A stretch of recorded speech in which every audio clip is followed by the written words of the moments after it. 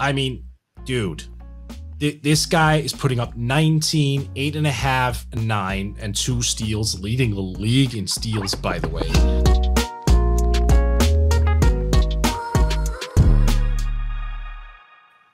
Right. Yeah.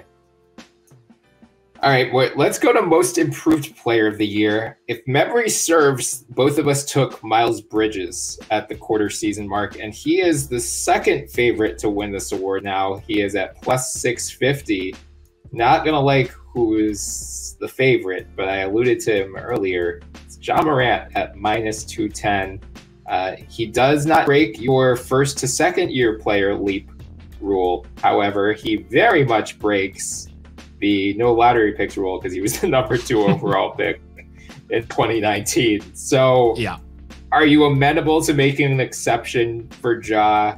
You know, because we had this conversation with Luka, I think 2 years ago at this point, where it's like, you know, the guy was already very good, but he is taking the leap from very good or even great to like all-star superstar level, and you could argue that that's even more difficult than some of the like bad to good leaps that have happened with other guys. So let me answer you that question by asking you a question. Did you hear any buzz back in 2010, 2011 about Derrick Rose, about MIP, or did you only hear MVP? I feel like it was only MVP. Yep, you're not wrong. So why, I mean, why should we suddenly start giving everyone the MIP consideration when you're drafted highly, you're playing an MVP caliber brand of basketball? Like, you're supposed to make you become better. You're second overall. Ja's first 2 seasons were also very good. Right. Didn't he win Rookie of the Year? I think he did, right? Because Zion, I believe so. Because Zion was, Right, but I mean, so yeah, full disclosure, I understand that if Zion had been healthy, he would have won it. Fair enough. Yeah. Look, I don't care. He was still a good rookie. Ja was an incredible rookie, actually. Yeah. So it wasn't just the Zion factor. It was the fact that he was pretty freaking good. He was even better last year. So this step-by-step improvement isn't a surprise to anyone, I think. At least not to the extent that right now he's an all-star. I think he should be an all-star starter. The team is great. I just think he's in a different tier where we have to just kind of say, look, this is MVP discussion. This is not MIP discussion. He was a star when he hit the floor almost. Like, he was that good. I don't buy into that thesis. But look, again, the NBA, I still think, are going to ignore it because Julius Randle won it last year. Brandon Ingram has won it before. It's just... those things, I'm never going to get fully on board on those awards whatsoever. I think this is DeJounte Murray's, to be honest with you. Oh, interesting. Yeah, I mean, look, he fits my criteria. You got to give me that. I mean, for sure. Late first. What's he in now? His 6th year? I want to say 6th. He didn't play that 1 year, but so I think this is his. I think this is his 5th active year, right? I believe it is. Let me just look it up. Yes, it is. This is his 3rd year back from the ACL tear. I mean, dude, this guy is putting up 19, 8.5, 9, and 2 steals, leading the league in steals, by the way. Plus defender, athletic, has really taken over some ownership of that Spurs franchise, which is, I don't want to say the word disarray, but I don't think it's going in a direction that makes any type of sense right now. But DeJounte is like the silver lining through all of it. He's been that good. This is a guy who, again, picked 29th and is now an all-star. Well, consideration for an all-star game. Probably should get it, really, because he's that good. Like, did we expect him to become this good? Realistically? No, I don't think so. I mean, if we did, I think he would be on the 76ers right now.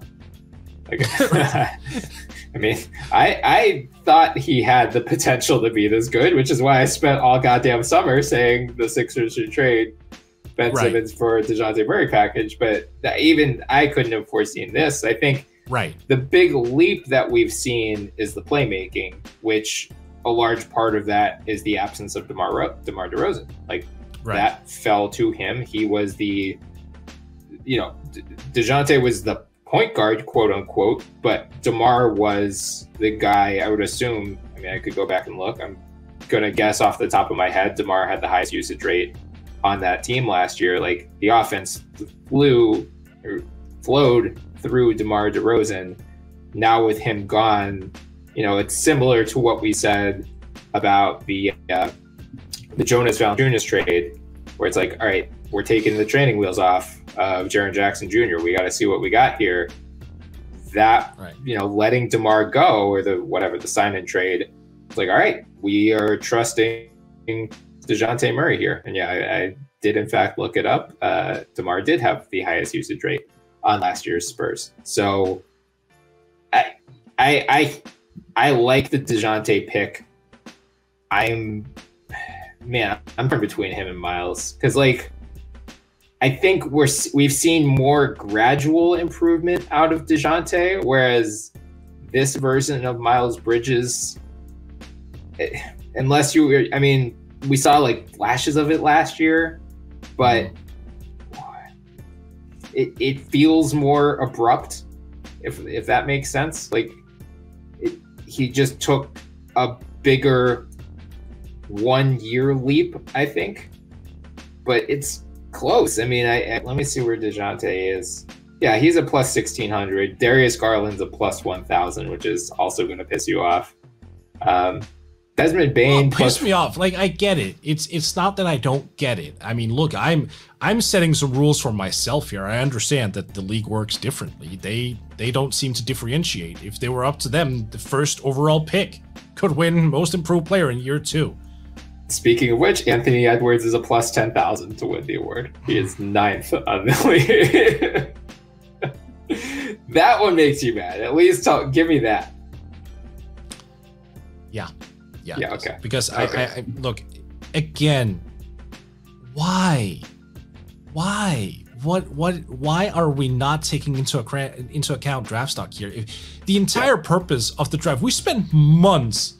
Literally months before every single draft, just completely dissecting every single prospect in terms of potential, impact, all of that. And then when they hit the league, doesn't matter. LOL, number 1 can win MIP. We didn't just spend half a year trying to figure out who in the margins had just an ounce more potential, which plays into the entire factor of where you get drafted. And then apparently it doesn't matter. Now that you say that, I actually want to give Ja Morant more credit because of how hit or miss number 2 picks have been in recent years. I feel like a lot of number 2 picks have just outright busted relative to draft day expectations. So for Ja to actually hit makes me want to, again, not that I think he should be in contention for this award. I completely buy your argument of MVP or bust, or all-star or bust. This, we should have seen this coming for Ja Morant. But I mean, you think of a Evan Turner or Marvin Bagley, Jalen Green. Oh, sorry, I said that 2 years too quickly. I mean, I'm kidding. Last time I made a Jalen Green joke, Rockets fans got on my ass on Twitter. This was a joke. Oh, okay. Relax, guys. Relax. Never mind. I'm going to stand down. I was about to say, look at Evan Mobley. Think in retrospect, you'd probably rather, but that I can say. Right now, of Cade, Jalen Green, Evan Mobley, and Scotty Barnes, I feel fairly confident in saying Jalen Green is the worst of those guys by a significant amount. Yeah, so far. Yes, of course. We can only take a snapshot of the present. Yeah, but James Wiseman was number 2, then Marvin Bagley. Has there been a single good number? Lonzo was number 2, but Tatum was 3. But 3 tends to be the sweet spot. Ingram, I guess, was probably the last big hit from number 2. But still, Ja deserves credit for breaking that curse for the Grizzlies. But yeah, I mean, Let's see who else. Yeah, Desmond Bain is plus 4,600, but he's the first to second year. I will say, I don't think anyone would have expected this kind of a leap from him. So I'm amenable to him being in the conversation, although I don't think he is a realistic candidate to win the award. Anthony Simons is at plus 6,500. That's an interesting one. Yeah, so I kind of want to go into this because I kind of like that. Not right now necessarily, but knowing you, we're gonna do 3/4 of the season awards pot, right? At of course, some point, we have to. We have to because, of course, why not? Anthony Simons right now is averaging 15 points per game and 3.4 assists in 27 minutes, but that doesn't tell the whole story because he has been fuego for like the past 8, I want to say 8, is it 9? That's 9 games. So the past 9 games, 25.7 points, 4.7 assists. He is hitting 43.3% of his 3-point shots, and he is taking 10.8 per game in that span. This is a guy who is going to get minutes, who's going to get shots, who's going to get opportunities for the rest of the year, which means he can shape himself into a legitimate candidate when everything is said and done.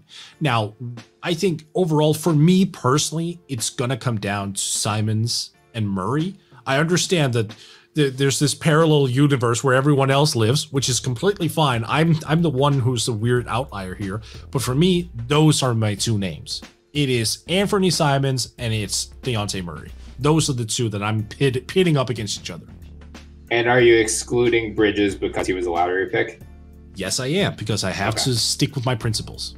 Okay. I was just making sure, because otherwise, like, that would be a glaring omission. But if dude, he's been awesome. Like, don't get my list twisted here. This is just my criteria. That does not mean that I am not all in on the Miles Bridges experience. He has been phenomenal. And I realize that he started off the year a little bit hotter than where he is right now. And I think unfairly so that soured people when he started like returning to norm a little bit. Because I don't think that was ever the norm. I think he started up just supremely hot. Right. But when he came back to earth, he didn't revert back to what he used to being. He still came back to a level that was higher than he's ever displayed before. So I think people started crapping on him unnecessarily because, well, he couldn't maintain being a 25-point scorer, yada, yada, yada. Well, who cares? I mean, just because he started the year off hot, it doesn't mean that he isn't drastically improved. I think it's such flawed logic, and he deserves every ounce of credit for the people who are actually positive towards him. Because he's much improved. He is a lot better than he was last year. He's a legitimate building block for the Hornets. I think they should max him. If they get him for cheaper than that. Yeah, I was about to say he might be doing them a favor by cooling off a little bit because, I would still be nervous to max him. He's not done. I know. Why? All right. Let me just why? So sometimes, right, we build something off a 1-year sample size and it's no problem. Like, look, again, we're talking about MIP, right? Last year, Julius Randle won off a 1-year sample size where he played better than he did before. And then he dropped right back down to earth. But when he had that last year, everyone bought in. Everyone said, Julius Randle is fantastic. He might be an MVP candidate next year. All of that jazz. So why is it we can buy into Julius Randle, but not Miles Bridges? Look at Julius Randle right now and look at what. I get that, but I understand he dropped back down, and I understand totally. But I'm saying if we at the time bought into Julius Randle as a long-term asset, and we hyped him up, why can't we do the same to Miles Bridges? Is that because we're seeing Julius Randle decline and we go, oh, we don't want to burn our fingers once again? No. I still think Miles Bridges is a long-term asset. I think the Blazers, the Hornets should want to keep him around. It is specifically him being maxed, which would make me nervous because I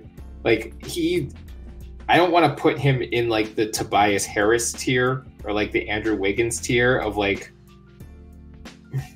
is his ceiling. I just think, I don't know, max contracts should be reserved for guys who are like probably going to be multiple time All-Stars. And I feel like if things break right for Miles Bridges, he might make it once or twice.